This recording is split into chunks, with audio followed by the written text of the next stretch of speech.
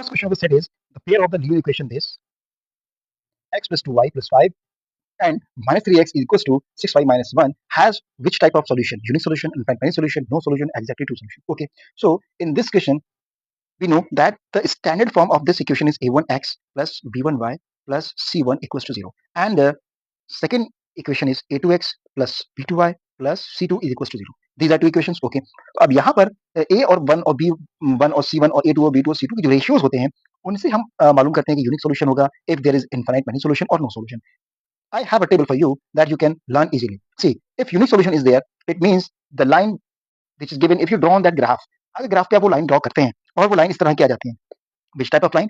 This type. या अगर वो एक दूसरे को इंटरसेक्ट करती हैं like that, it means it has unique solution. और जो इंटरसेक्शन पॉइंट होगा वही उसका यूनिक सॉल्यूशन होता है. ओके, तो कैसे पता चलेगा? आपको सिर्फ इतना करना होता है, a1 upon a2 is not equal to b1 upon b2. बस आप ये रेशियोज देख लीजिए and you got that it is unique solution. Okay, if they are parallel, if we are drawing on the graph and they are parallel, वो आपको draw नहीं करना है, लेकिन आप इसी से अंदाजा लगा लोगे a1 upon a2 is equals to b1 upon b2 but not equal to c1 upon c2. तो हम कहते हैं कि ये लाइन होंगी क्या बिना ड्रॉ किए ही हम बता देंगे yes they are no solution because का इंटरसेक्शन नहीं हुआ, it means no solution. Okay, अब infinite number of many solutions वो क्या होगा? वो होगा जब ये तीनों रेशियोज इक्वल हो जाएं और वो लाइन जब आप ड्रॉ भी करेंगे तो आपको समझ में आएगा कि एक लाइन है like this is red line and the second line जब आप ड्रॉ करते हैं तो लाइन जस्ट उसी के ऊपर आ जाती है. इट मींस कोइंसाइड होती है या ओवरलैप हो जाती है. इट मींस कई जगह पे इंटरसेक्शन हो रहा है उसका. तो अगर इट मींस कि कई जगह पे इंटरसेक्शन है, it means it has many solutions because there are so many intersection are there. Okay, so हम वापस से अपने क्वेश्चन पे आते हैं. उसने पूछा इन दोनों इक्वेशन के बारे में कि बताइए कि इसके किस तरह के सॉल्यूशन होंगे. तो हम क्या करेंगे? हम ये करेंगे कि हम निकालेंगे कि a1 upon a2 क्या होगा भाई?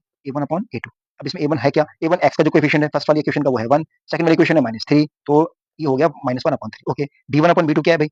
b1 upon b2 and that is b1 क्या है भाई? b1 इसमें है 2 और b2 क्या है? b2 है -6 क्योंकि जब माइनस इस 6y को जब आप उधर लेके जाओगे एलएचएस में तो आ जाएगा -6y. तो दिस इज 2 1 2 एंड 2 3 6 -1/3 यहाँ से भी आ गया. तो a1 upon a2 equals to b1 upon b2 तो हो गए. अब c1 upon c2 का रोल देखना है क्या होगा. c1 upon c2 आपको दिख रहा है वो 5 है और यहाँ पर जब इस 1 को आप उधर लेके जाओगे -1 को तो हो जाएगा प्लस का 1, तो दैट इज 1.